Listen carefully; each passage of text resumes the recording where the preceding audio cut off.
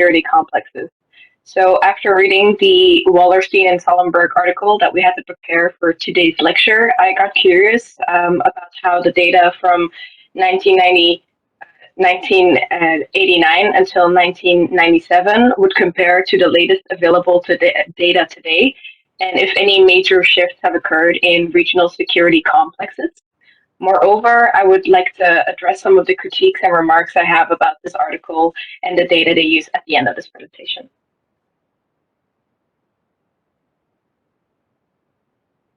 So before we take a look at the latest available data, I will briefly summarize the definitions outlined in the text and the main findings as discussed by Wallerstein and Sollenberg to recapitulate.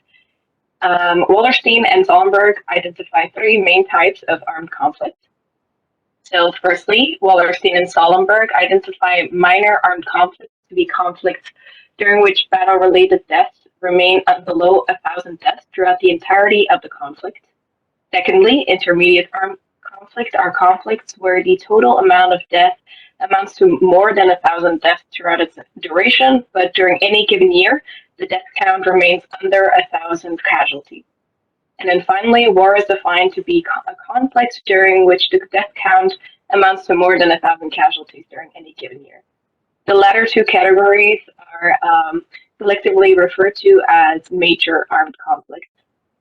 Their findings are that there are a total of 103 conflicts spread out over 69 locations, of which the majority are interstate conflicts.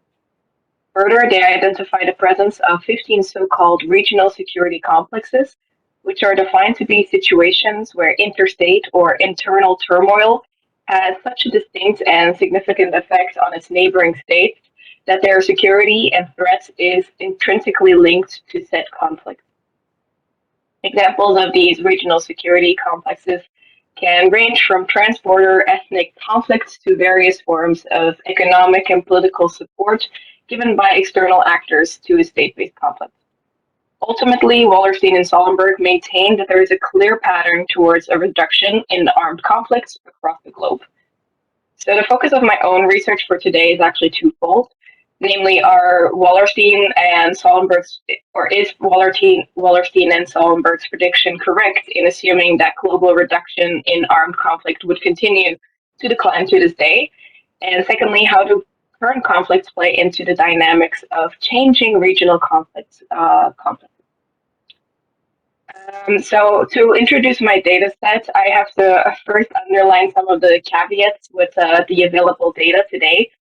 I would like to acknowledge that the data might be incomplete or inaccurate, as the data set that I ended up using was different from the UCDB data set that Wallerstein and Sollenberg that they employ.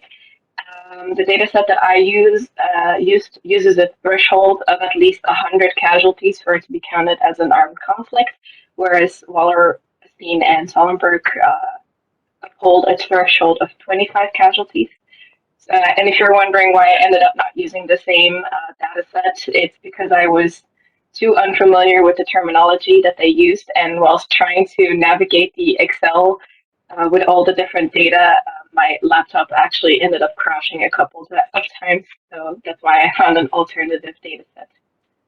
Now, if you look at the map on the slide, first glance, we actually may notice some similarities from the data that Wallerstein and Sollenberg highlight in the 80s and 90s and contemporary conflicts. Armed conflicts are still heavily concentrated in the Asian and African continent. This is not all too surprising, as Wallerstein and Sollenberg already highlight that these two continents are the most populous in the world, or at least that's the case for Asia, and they also contain the most states. It is, however, very important that there is a clear shift away from conflicts concentrated in the Middle East towards conflicts occurring more and more on the African continent. So the latest data from 2022 indicates that there are 14 conflicts that are known as skirmishes and clashes, which are conflicts that have caused fewer than 100 direct violent deaths in a current or past calendar year. Among these conflicts, one can, for example, find the Korean conflict. which caused many casualties in the past, but now lies pretty dormant. 20 conflicts are identified to be minor conflicts, which have known at least 100, but fewer than 1,000 direct violent deaths in a current or past calendar year. Wars, which account for a total of 23 of the total, are conflicts during which at least 1,000 casualties were counted during a current or past calendar year. Another subdivision is made by the Armed Conflict Location and Event Data Project, or ACLED data for short. They divide the latter war into two subdivisions, namely wars and major wars. Major wars are conflicts that have caused at least 10,000 direct violent deaths per year in battles between identified groups in a current or past calendar year. There are 5 such ongoing major armed conflicts, with the Afghanistan conflict being the deadliest in recent memory, the Myanmar internal conflict being the oldest, having started already in 1948, and then the Ukraine-Russian war, now most recently having joined this list. In total, we can note 67 ongoing armed conflicts spread out over 56 localities, but this only accounts for state and non-state conflicts. Now, I did find a summary from 2020 and an article based on this data from 2021, wherein Sollenberg and her colleagues actually note that there is a total of 169 conflicts, which is a big jump. So there's a discrepancy there, likely because of the lower threshold and because they actually use different categories, noting that there are 41 one-sided conflicts, 56 state-based armed conflicts, and 72 non-state-based violent conflicts. It seems that the UCDP is shifting away from counting armed conflicts based on casualties and now focusing more on the type of armed conflicts that we can observe. So I know this is a lot of numbers, but basically to summarize, if we compare the 103 conflicts that were noted by Sollenberg and Wallerstein back in 2002, and now the 169 conflicts that we can observe today, their prediction that there would be a reduction in armed conflict seems to be false.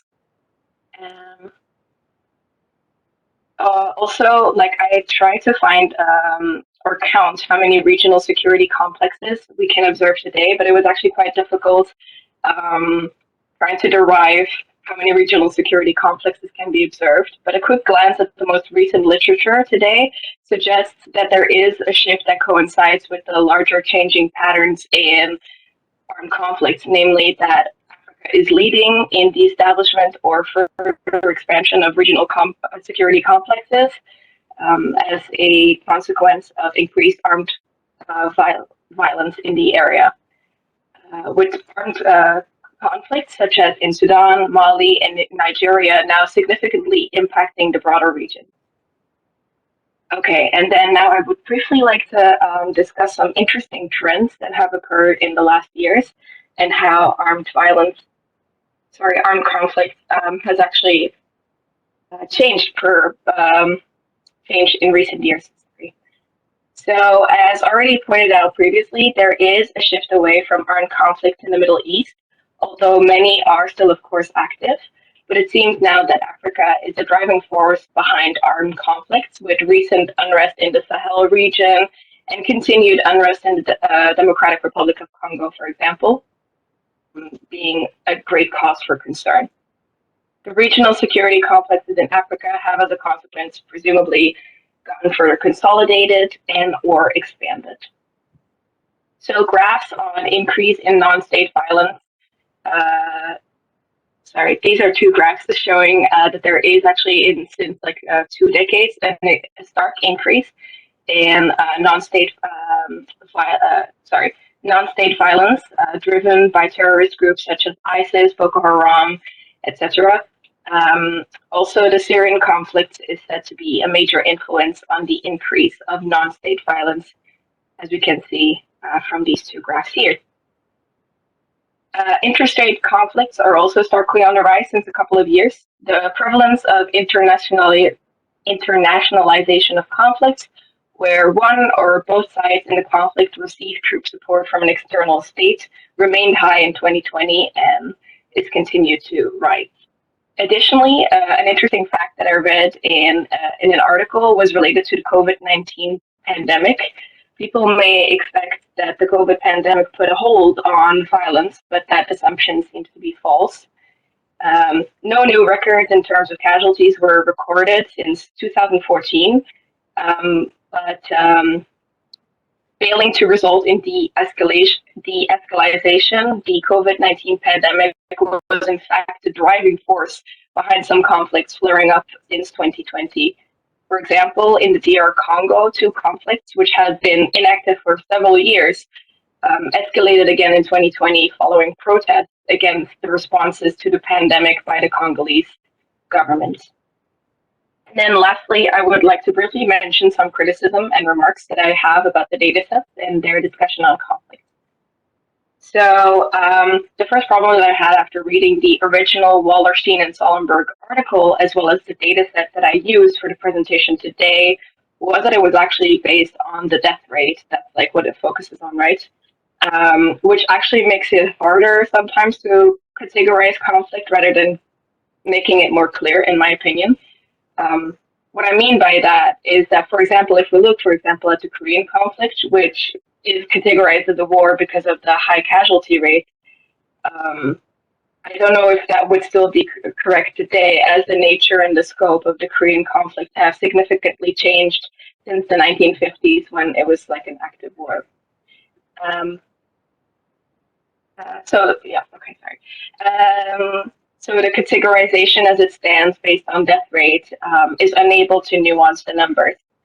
So, however, it must be noted, as I already said, that this comment is slightly redundant, as updated reports still mention casualty rate, but there's a clear shift to focusing more on the type of conflict rather than the intensity or death rate of said armed conflict.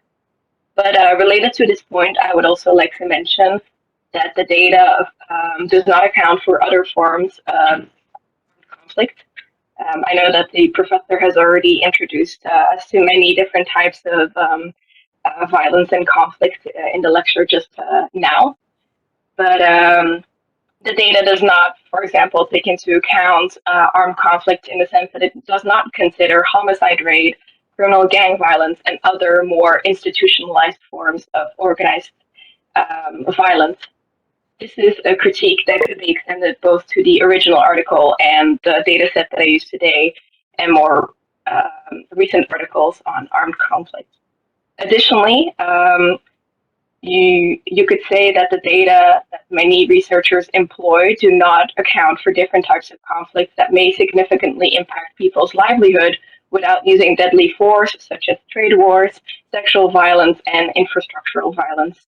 For trade wars, I think the most notable example of this is the ongoing China-US trade war. And infrastructural violence, which is a fairly recent and still developing concept, is incredibly powerful at explaining some of the ongoing violence in the Palestine-Israel conflict. Yes, I think that's about it for my time and for my presentation. If any of you have any questions, please feel free to shoot them at me now. Okay, thank you. It was great. I believe that many of students want to raise questions and give a comment. Before inviting the second presenter, I would like to remind you briefly about the attendance policy. So I randomly check about whether your camera is on or not, because the rules are rules. So I can give you some excuse, maybe probably once or twice if your Wi-Fi is not stable. But if your camera is not on during the class, and if I randomly check, and if your camera is off that time, that I cannot give you the full score for the attendance. So this is just a friendly remind for your attendance check. So let me So I will invite the next presenter, and after four presenters making a presentation, I will open the floor altogether. So next present speaker is Alexandra. She will talk about the India and Pakistan regional conflict and crisis. So Alexandra, if you're ready, then could you share your slides? Yeah, I'm asking you for permission, but I can't. Oh,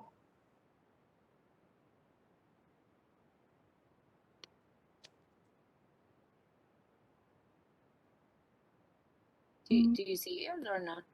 oh no, we don't see it. Can you try it again?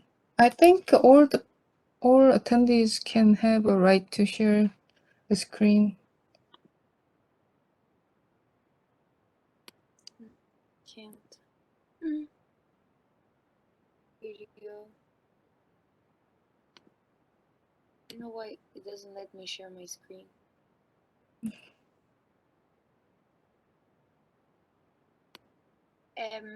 You know what we can do? If you don't mind to let somebody else go first. Yes, you can do And that. I'm gonna see how I can match. Sorry. Yes, so if you can ask some of your friends, or do you want me to share your slide? That would be actually great, but I did change something in the end. So Okay. maybe I can send it to you per email and then you can maybe share it for me. I already have your slides, so or have you updated more than that after you uploaded on the e-class? Yeah, I did. Like I just did one change. Okay, just send me your slides. Sorry for you guys. Just wait for 1 or 2 minutes.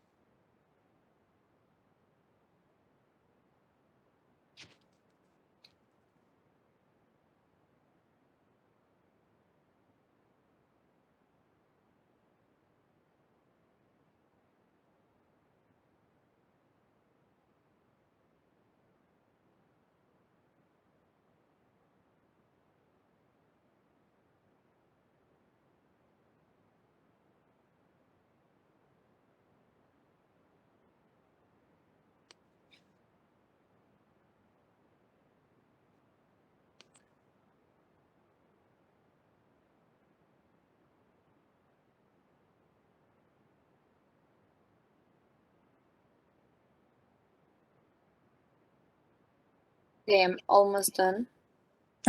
Okay. If you need to take some more time, then I will just ask other speakers to talk first. Then you can do it. Yeah, I Right. think that's gonna be better. Yeah. Yes. So then I will ask Yunju. If you are ready for talk. Yep, Then, sure. yeah, great. Thanks.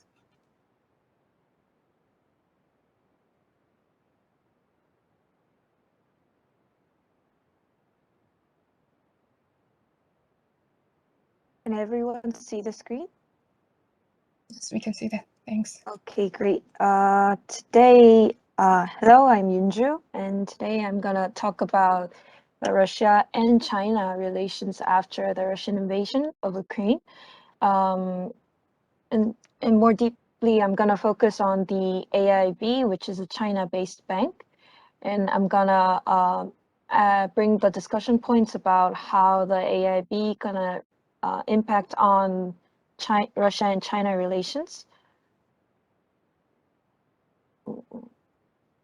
So the contents are the one that you can see.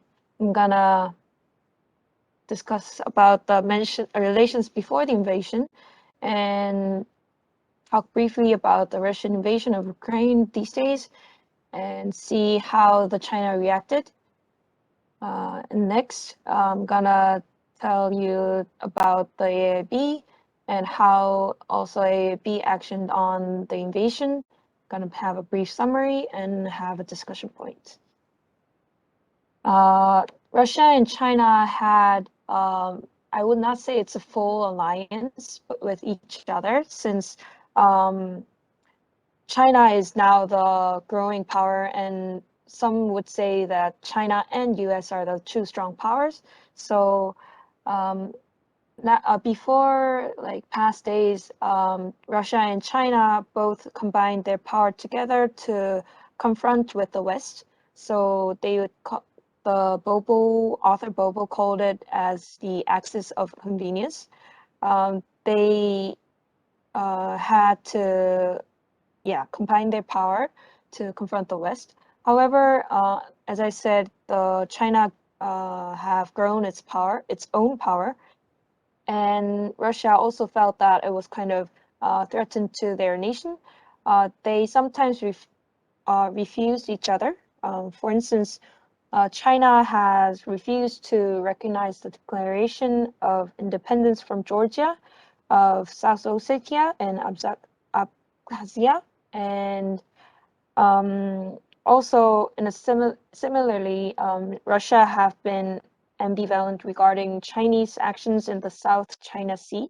So they are still the alliance together, but sometimes to keep their own interests, they sometimes refuse to each other. Recently, still, China and Russia had signed a joint statement of opposing farther enlargement of NATO, and China have supported Russia's proposal for security guarantees in Europe. It shows that even though they are assets of convenience, they are still bringing their power together to confront the West. However, really recently, Russia have invaded Ukraine on February 24. It was criticized most of the global society of damaging thousands and millions of people in Ukraine, and also have hurted global society by bringing those relentless war.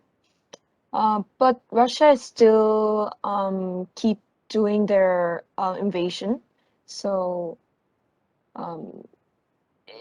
it would say that it is relentless, but the global society have been criticizing Russia for in economically and politically, which made sanctions to Russia. So I would say that it is criticized, but I was wondering if what does the China do in the global society? I figured out that the Chinese leader Xi Jinping decided to keep its silence. Xi Jinping did not open an official statement about the Russian invasion. Not just the Chinese Foreign Ministry felt sorry about this situation, but did not regard it as an invasion. Also, in the recent UN Security Council meeting, most of Western countries brought the resolution to sanction Russia in global society, but China have abstained their vote, which they could not actively oppose on Russia.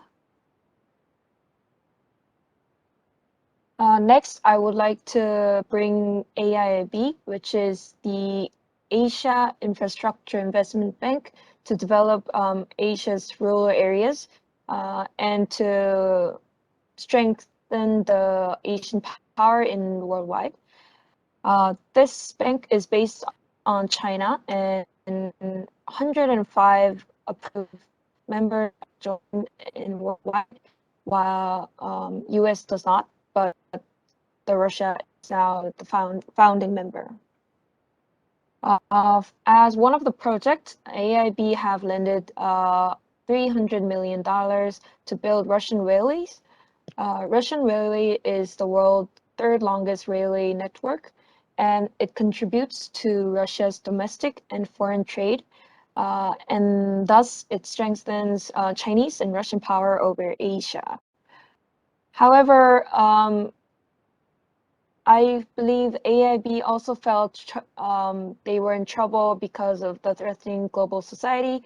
They decided to help business in Russia and Belarus. Also, they felt sorry about the situation, but they did not say that it was because of the invasion, but to safeguard the financial integrity of AIB. As you can see, when you go into the official website, the Russian railway project is now on hold. So in summary, before the invasion, China and Russia had a relationship of access of convenience. But after when the Russia's invasion of Ukraine, China was under trouble, under pressure in global society, so they could not be against Russia, but they tried to keep in silence. And also the China-based bank AIB held its loans to Russia, but they could not criticize Russia directly. So I would like to bring the two discussion points. So will China maintain its regional cooperation with Russia? And secondly, through those AIB decisions, how can AIB impact the relationship between China and Russia, and how it can maintain its regional cooperation together? These are the references, and that's it for my presentation. Thank you. Okay, it's very interesting to learn about China-Russia relations before and after the Ukraine crisis, and how the AIIB rules has been playing out in the middle of the Ukraine crisis. I believe that there may be a lot of questions and comments, and so I will invite Halima for the Russia in the Ukraine crisis, but she is going to provide some other perspectives to analyze the issue. So Halima, are you ready? Yeah, I am ready. First, let me do some voice check. Can you hear me well? Yeah, yes.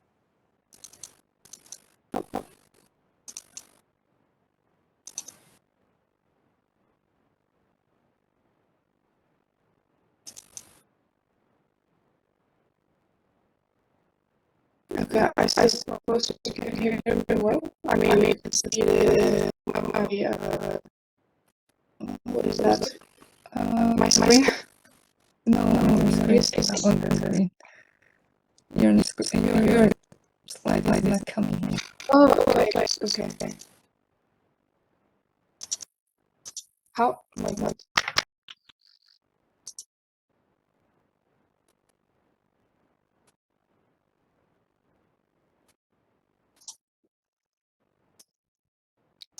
Can I just? Sorry. Oh. Let's give a chance to Halima first. So, How about now? Can you see my screen? no, slides are not coming yet.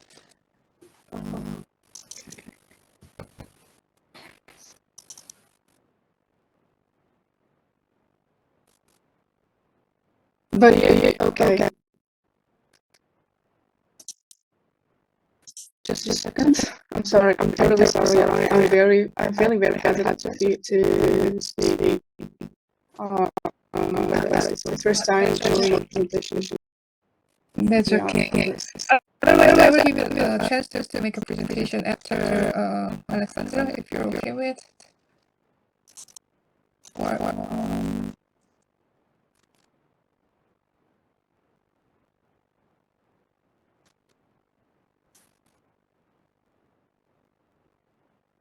I yeah. would like to think to see if I can manage to share.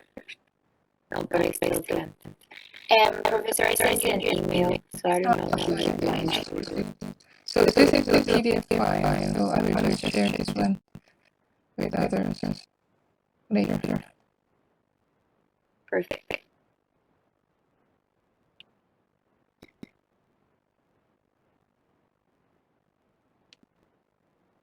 Halima, can you hear me? Oh yeah. Do you want to take more time? Then should I just exchange? Should I change the order? I was thinking Alexandra is going first. Oh yes, Alexandra will go first, and then next. First, and then I'll go. Okay, so then I'll figure it out how it goes. Okay, take your time. So I will share the Alexandra's PDF file.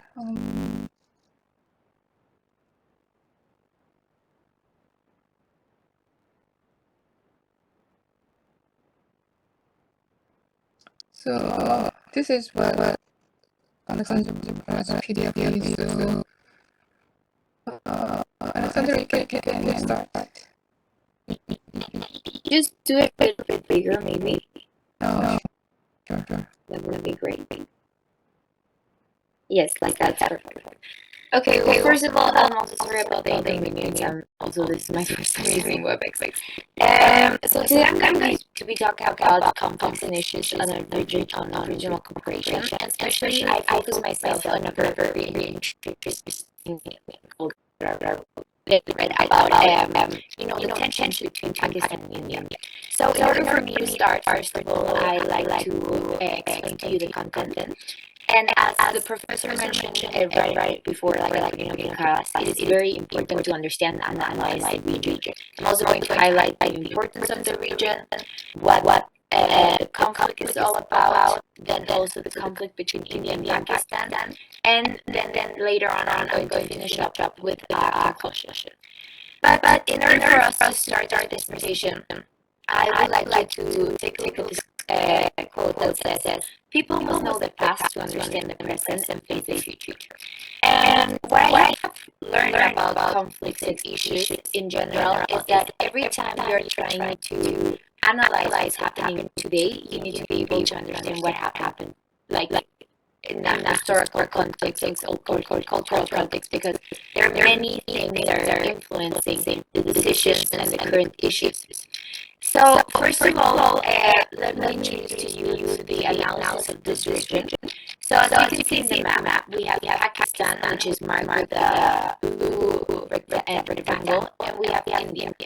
These two countries are neighbors, are top borders with a very important party here in the world, which is China, and at the same time you have very powerful nations such as Iran and Afghanistan all around the South Indian continent. That's how we call this region.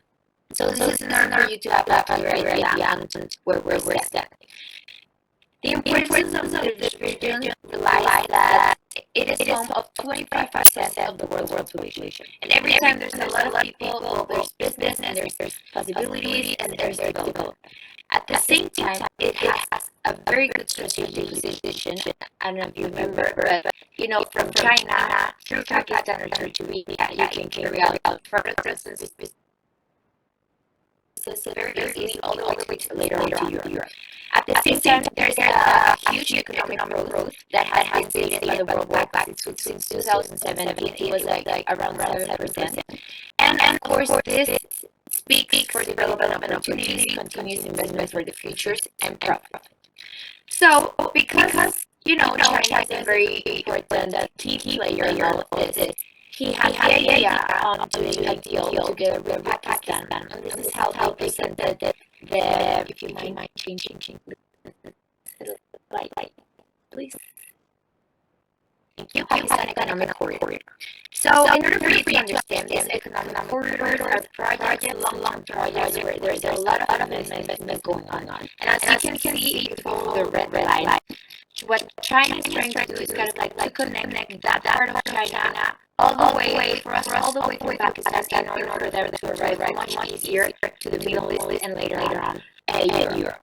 What is the good things about this? Well, of course, there's going to be regional connectivity, there's going to be improvement in transportation and energy system. At the same time, there enhanced opportunities for people living and operating from the region. And it's not only something like a win-win situation for Pakistan and China, it's a win-win situation for the region because there's a high flow of trade and business, which can bring much more opportunities. This goes also hand in hand, if you could move to the other one, please. Goes hand in hand with the belt strategy of China that he has been implementing over the past 10 years. So China has this idea of connecting themselves through bridges and railroads and highways with over 60 countries. And of course, Pakistan is part of this strategy. In a way, it is also good because you will restrain the Islamic perseverance and the nations will profit out of this deal. So on our things sounds perfect. We have no problem, so we need to understand why it is that India and Pakistan don't like each other a lot, and why India is not at all in for this project. So in order for us to understand, we need to go back 70 years time. In 1947, Pakistan and India had declared themselves independent from the British Empire. But the problem of all this is, as we were talking about the different types of conflicts, there's this sectarian violence when it's sometimes like two countries can research depending on their cultures and religion. So in this case, for example, the sub-Indian continent was divided into India and Pakistan because India, majority of people are Hindus, and in Pakistan, majority of the people are Arabs or Muslims. So until now, the Hindu group says that we can even say that refugee crisis has been one of the biggest and most important refugee crises, where 10 to 20 million people were violently displaced. And this violence, of course, brought that people were killed, women were raped, many people also missing. And so that having as a context, we can understand the resentment between Pakistan and the Indians. And another very concerning point that also just mentioned about conflict is also about the territorial dispute. And until now, one of the most important things that India and Pakistan are fighting for is this region that you can see there called Kashmir. So,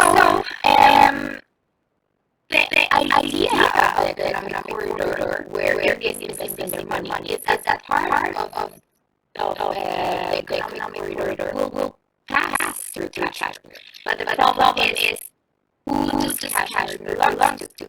So if you see on the next slide, India's argument is, Kashmir is part of us. It's India's sovereignty and its territorial integrity. So there's no way anybody can touch Kashmir because it belongs to us.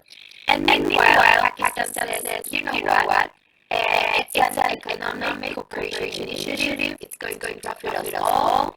In a way, Kashmir belongs more to us because the majority of people are Muslims. And also China has an argument like, hey, you know what, guys, like the Kashmir conflict is a level where we're just like 1981.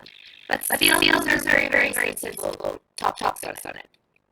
Another aspect I want to kind of like put in that resume, all conflict that they have been that Indian have been facing over time. So first of all, we have Kashmir. Second of all, we have the Islam versus the Hinduism culture. Third of all, we have terrorism. And it's not only from Pakistan to India, but it's also the other way around. And all of these tensions have caused throughout the years many different wars. So with this said, I think that now we have a clear understanding on why sometimes the regional cooperation can be so difficult because every state has their own interest. There is a very important organization which is called South Asian Association of Regional Cooperation. So it involves India, Pakistan, the Maldives, Afghanistan, Bangladesh, Thailand, Nepal, and Sri Lanka. And all of them, the intergovernmental and geopolitical organization that should promote development and economic transformation. But until now, the region wasn't able to grow in many different aspects until now many projects have been canceled because India and Pakistan don't get along. And the thing is, they're also one of the most important and biggest players in that region. So this is when we come to the question of does regional cooperation actually works? And like how good are we in actually obtaining this regional cooperation? So together with these regions, I would like to go back to when we started the first class when we said what's a region? And yes, a region can be limited. But right now, after reading also because of globalization, those limits and those frontiers can start to get a bit blurry. Because everybody has certain interests, especially when we talk about very powerful players such as China or the US and its allies. It's not only a matter of region. Everybody has kind of like power. Everybody wants to get involved because we're talking about money and power. So this is also why it's not only a thing about Pakistan and India. It's also a thing between China growing and getting stronger while the US doesn't want that, as well as India doesn't want that. So we also have that into consideration. In the end, for me to finalize with this, I would say that yes, throughout time we have proven that there is regional cooperation and that it exists and it can work. For example, such as an example of the European Union that brought peace and development and made people grow.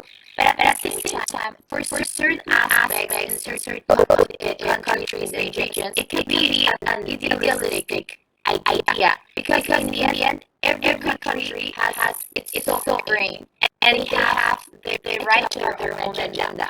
And in a way, there's also like historical issues and conflicts of interest that go ahead. So it always makes it very difficult. So in a way for us to ensure this regional cooperation, I would say that it is established it is important to establish a win-win situation or strategy where we take into consideration not only economic factors, but also sometimes historical and cultural factors can be determinant in order for us to improve communication and development among any region. So thank you so much. And please don't hesitate to tell me if you have any questions.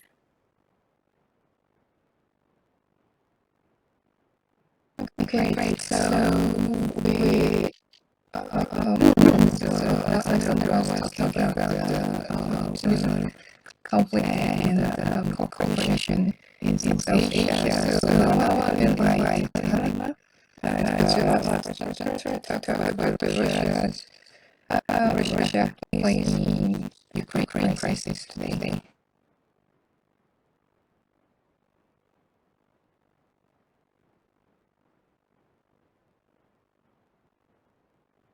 I guess you can see my presentation now. Yes, it's very clear. Okay. Just a second. Let me figure it out.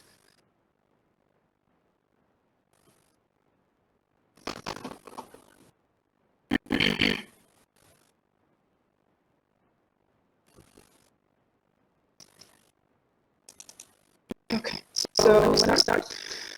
Today I'm going to talk about Russia's invasion in Ukraine and how it became a big war.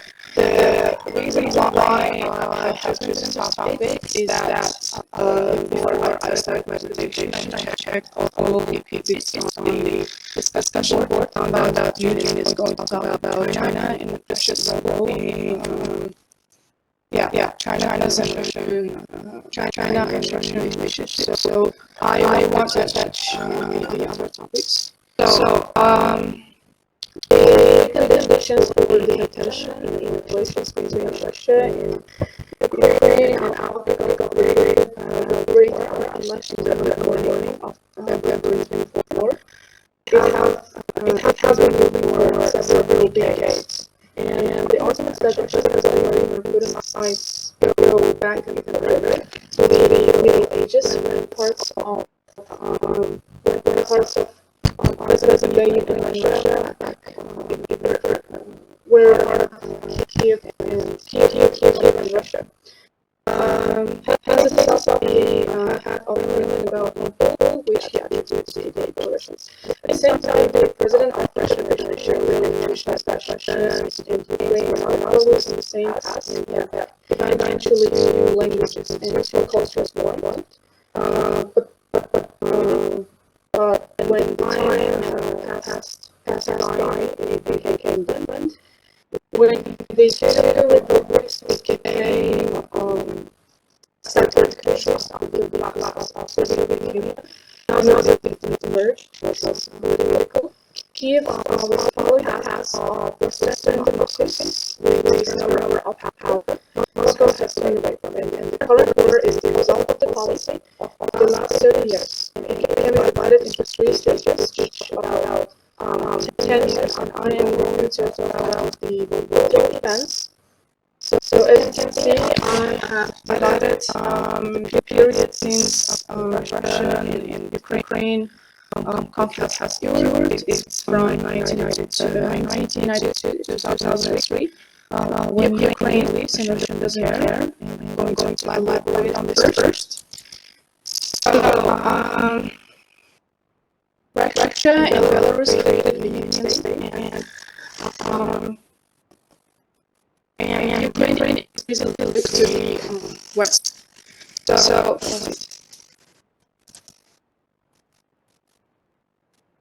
yes.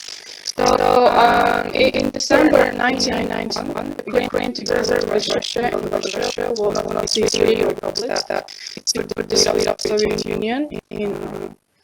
Moscow obviously hoped to keep its influence through the Commonwealth of Independent States, which is CIS abbreviations, and obviously CHAS. But it turned out differently. Russia and Belarus created a union state. Ukraine increasingly looked to the West, and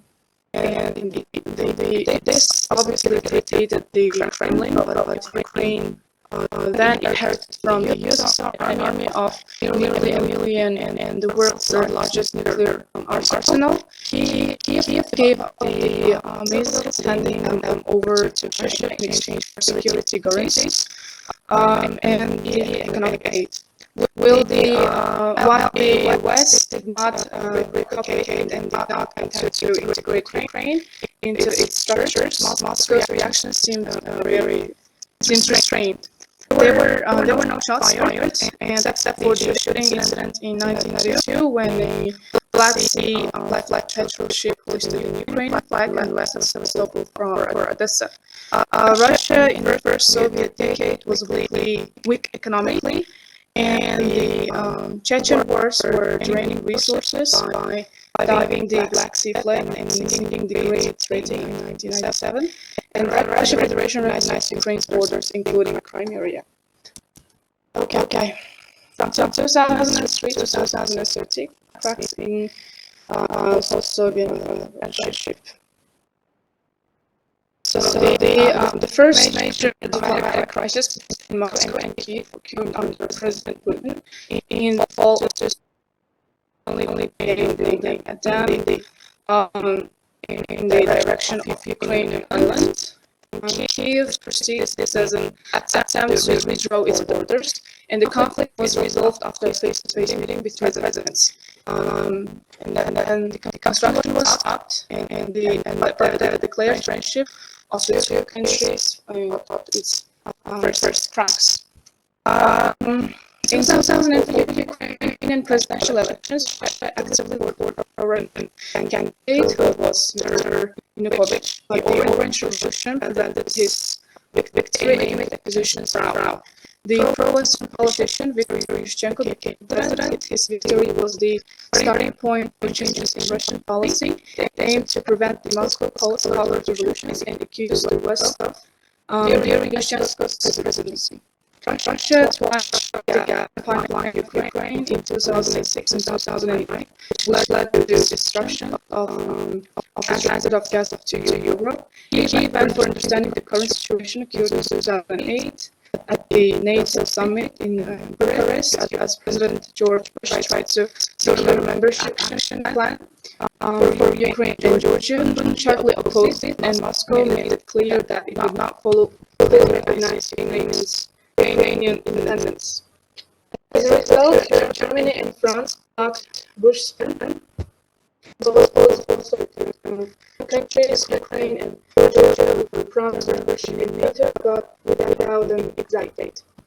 Since this quick move to military alliance was not possible, Ukraine set its sights on cooperation through an association agreement with the European Union. In the summer of 2013, months before the eventual sinking, Russia began exerting massive economic pressure on Ukraine, almost blocking Ukrainian exports at the border.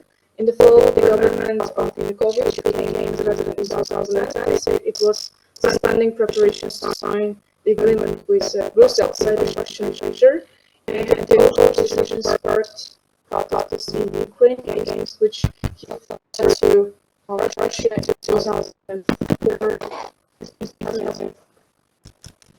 So, from 2015 to 2021, the annexation of Crimea and war in Donbass.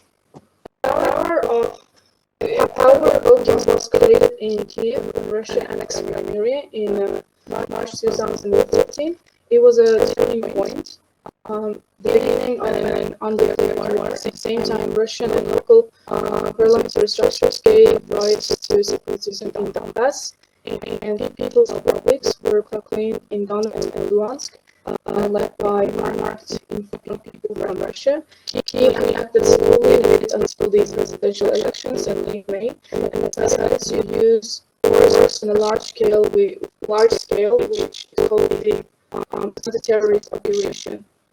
In early 2004, in France, events marking the 20th anniversary of the landing in Normandy, newly elected Ukrainian president Poroshenko first met with Russian counterpart Putin through the mediation of German and French leaders. This is how the Normandy format came about in summer. The Ukrainian army began to push back the separatists in late August. Russia, according to Kiev, used its army to Donbass on a large scale. However, Moscow denies this, and Ukrainian forces were defeated, which was the peak of the conflict. So, okay.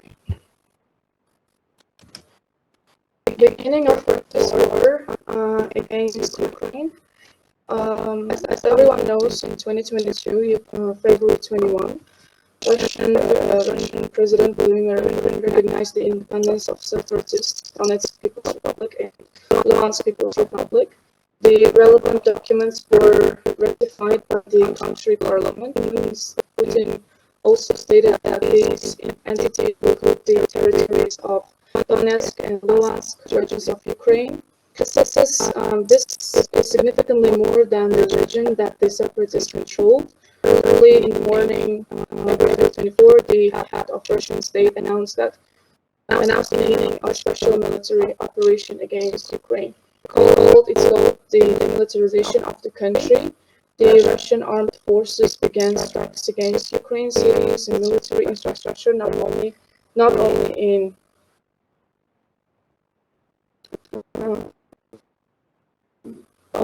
Donetsk. Okay. So, I mean, not only in Donbass. In summary, I wanted to tell that Russia has been resistant to Ukraine's move towards European institutions, particularly NATO. That I have mentioned, Russia was acting very aggressive towards Ukrainian attitude to NATO that it wanted to join, and other alliances of Europe. Russian troops in Crimean Peninsula were aimed to ensure proper conditions for the people of Crimea to be able to freely express their will, as Russia explains it. And Putin has often controlled the historical unity of Russia and Ukraine and did not so again when he ordered troops into the Donbass. So once again, I want to make it clear that in 2014, Russia took over an area in southern Ukraine called Crimea, and it also sent soldiers and weapons to eastern Ukraine, claiming to be helping people who wanted to be part of Russia. Russian President Putin claimed that despite these protests, most Ukrainians wanted peace with Russia. He also worried that Ukraine would join a military alliance with US and Europe that would be a huge threat to Russia. About the current war, shortly post most Ukrainians disagree. They have been inspired by the words of their president, who is Vladimir Zelensky.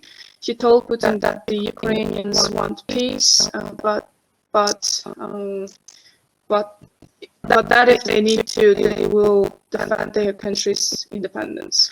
Putin invaded, and this time his plan is to take over the entire country. Ukrainians are now fighting the Russian army, trying to defeat what they say is an occupation. So these are references, and thank you for attention. If you have questions, please feel free to ask. Okay, great. So we invited 4 presenters, and before I open the floor for the questions and comments, I will briefly give you my comments on the, presenters, regardless of the scores you get it. But this is my personal suggestions and also the comments. So if you want to defend, then you are free to do that. And after that, I will just open the floor for the older student. So I will take the around. I will open this class till the 2:45 maximum. So if you have any questions or comments, just write down your name on the chat. So I will just invite you one by one. So for the AGE, personally, I thought it was great actually to see you to read about this global trend of the armed conflict, and you have you have made a comparison with the recent literature too, because the suggested reading material was published 2 decades ago, and you have put the recent update for your presentation. I thought it was great, but if you have thought about the other aspects to study about the armed conflict, such as the correlation between the arms sales and armed conflict, or the other aspects that can cause the armed conflict globally, if this aspect has been included in your presentation, I thought it would be much better to have an overview of the global conflict. For the Yunju, I think that the topic was great actually, that the role of IIIB in reading the analysis of the China-Russia relations is actually great. It was very focused. But on the other hand, I thought the study was has a just mid result. You have just started to explore the issue, but I think that probably you didn't have enough time to search the literature or the surveys. So the amount of content you could have delivered is probably a little less than you have expected personally. So if you can add your opinion that what you have studied for this class, then please share with us. And for the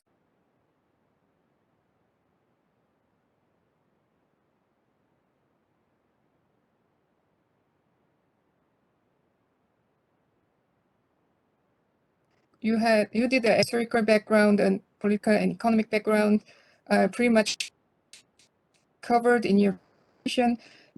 Actually, what I also expect from your presentation was that you have touched upon the very interesting event that whether China-Pakistan economic corridor will be beneficial to the neighboring countries in South Asia or not, because India is the one that opposed to the China-Russia economic corridor, but the other countries' positions has not been touched much.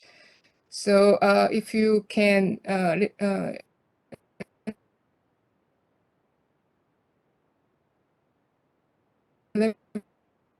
elaborate Pakistan economic corridor, which not has been discovered much by the many scholars, then it would be great to listen to you. And for the Halima, I think it was also great to know about the recent development on the Ukraine crisis, and it was actually covered pretty much. But what I also hope to suggest that if you, on the subtitle in your presentation, you wanted to deal with how the Ukraine crisis become to be a big war, So if the Ukraine crisis follows the general case of the big war, the war is occurring, and sometimes war is just stays as a small scale war, and sometimes it becomes a full scale war. So if the Ukraine crisis is follow the generalization or the general theory of the war, if you could touch upon on this, then it would have been great. So you are free to defend whatever I said. So you can think about it, and I will just invite other students to raise questions as well. So Hyungbin, you can talk. Yeah, I just had a few comments and questions regarding the Crimean Peninsula and the AIIB from China. For the Crimean Peninsula, as far as I know, there was a domestic voting procedure, whether the people of the within that live within the Crimean Peninsula agree with their land being taken by the Russians, like not physically taken over, but like Crimean Peninsula being considered as a Russian territory again. So I was just wondering whether your presentation included the domestic voting procedures, because I believe that it is one of the essential factors when we talk about the Crimean Peninsula. And also the fact about the AIIB, I thought that AIIB was only for the Chinese interests, that they kind of developed to counter the US-led World Bank, but it was very interesting to learn about the Russian assistance within the AIIB. But I also wanted to ask a question whether we should view this kind of Chinese attitude with the One Belt, One Road initiative and the AIIB as coercive, because on one hand we can just say that they're a very developing country and they're accumulating their power, which is very ordinary in the global society. But on the other hand, countries like the United States can view their uh, actions as very coercive and threatening to the global hegemon that is ruled by the United States. So yeah, I wanted to ask these questions. Okay, so before taking more questions, we'll give a chance to Age first, to if you have any comment to return, or I will pass to Yunju. So Age. I mean, to respond to your comment, I mean, If you want to, otherwise I will just pass it over to Yunju. well, I mean, I did actually like look up about like the arms sale, but like I had too little time to like fully flesh it out. So in the end, I decided to like leave it out because I already had enough content. I thought, but you're correct, of course, that the arms sales would have contributed to a more full picture, I guess, for the presentation, and that's all I wanted to add. Yeah, thanks. But you did a great job. And Yunju, do you want to answer? First, thank you for the comment.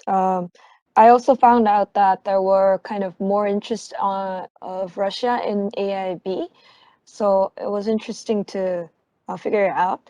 And also, I believe that the AIB's action toward the US might be quite threatening, but still, I believe that the World Bank is still US based, and like it's still having more power on the World Bank and the United States. But maybe when the AIB have combines with the One Belt Road Initiative, it could have bring more power on the World Economic Society and on the way to show their power to the world. I do believe that AIB could also threaten the US, so we have to keep our eye on the AIB's action. Great. So do you want to add something, Youngbin? Answer? It's all answered? Yeah, the comments were great. Okay. Thank you. Great. And Alexandra? Well, first of all, I'd like to answer the questions that you asked. Well, not question, to clarify or to get more into detail about what you asked. So I would say that in every region, there's always like the most important players or the most powerful one. And in this case, like for you to have a little bit more of context, the problem is that in a way, the standing point of the other countries is not very clear yet because everybody has connections and interests. But what I can tell you is that, for example, Pakistan and Afghanistan have always been like good to each other, and Iran and Pakistan have lately been having tensions, but at the same time, India is investing a lot of money in Iran. So that is why when like talking about how the other nations are reacting towards this plan, in a way, of course, they all want it to grow and to